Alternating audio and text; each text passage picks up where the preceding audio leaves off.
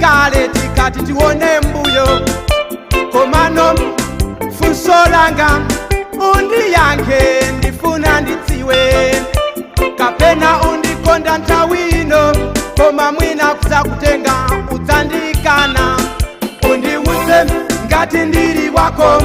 ndikawauze mai yanga undiwuze ngati ndili wako ndikawauze abale yanga undiwuze ngati ndili wako nditsimikize ine mtima mwanga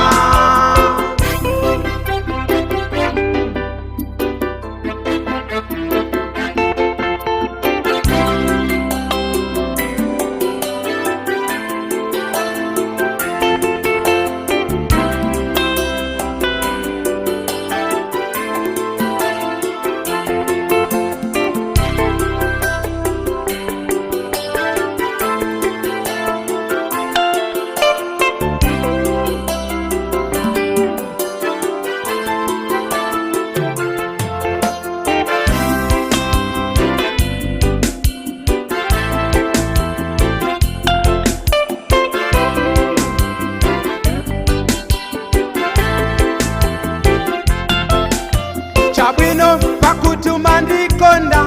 upitirize ineso ndimakuponda usadabwe ilo linali funso langa kufuna kuziwa ngati umandikonda ndatenga moyo wanga sono kusamisa pa iwe monga mkazi wanga undiwuze ngati umandikonda ndikawauze mai yanga undiwuze ngati wandikonda ndikawauze abale yanga undiwuze ngati mandikonda nditsimikize mtima mwanga undiwuze ngati mandikonda ndikulupire mtima mwanga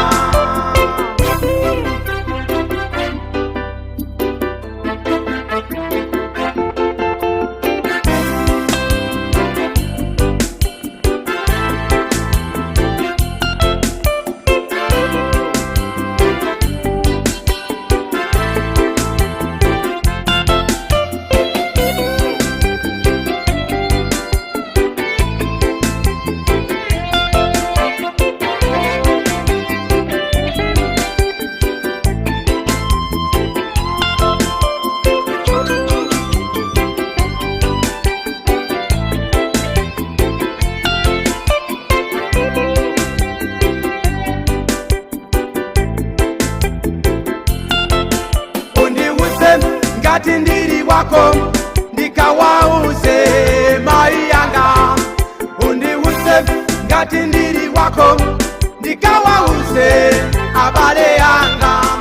undiwuze ngati ndili wako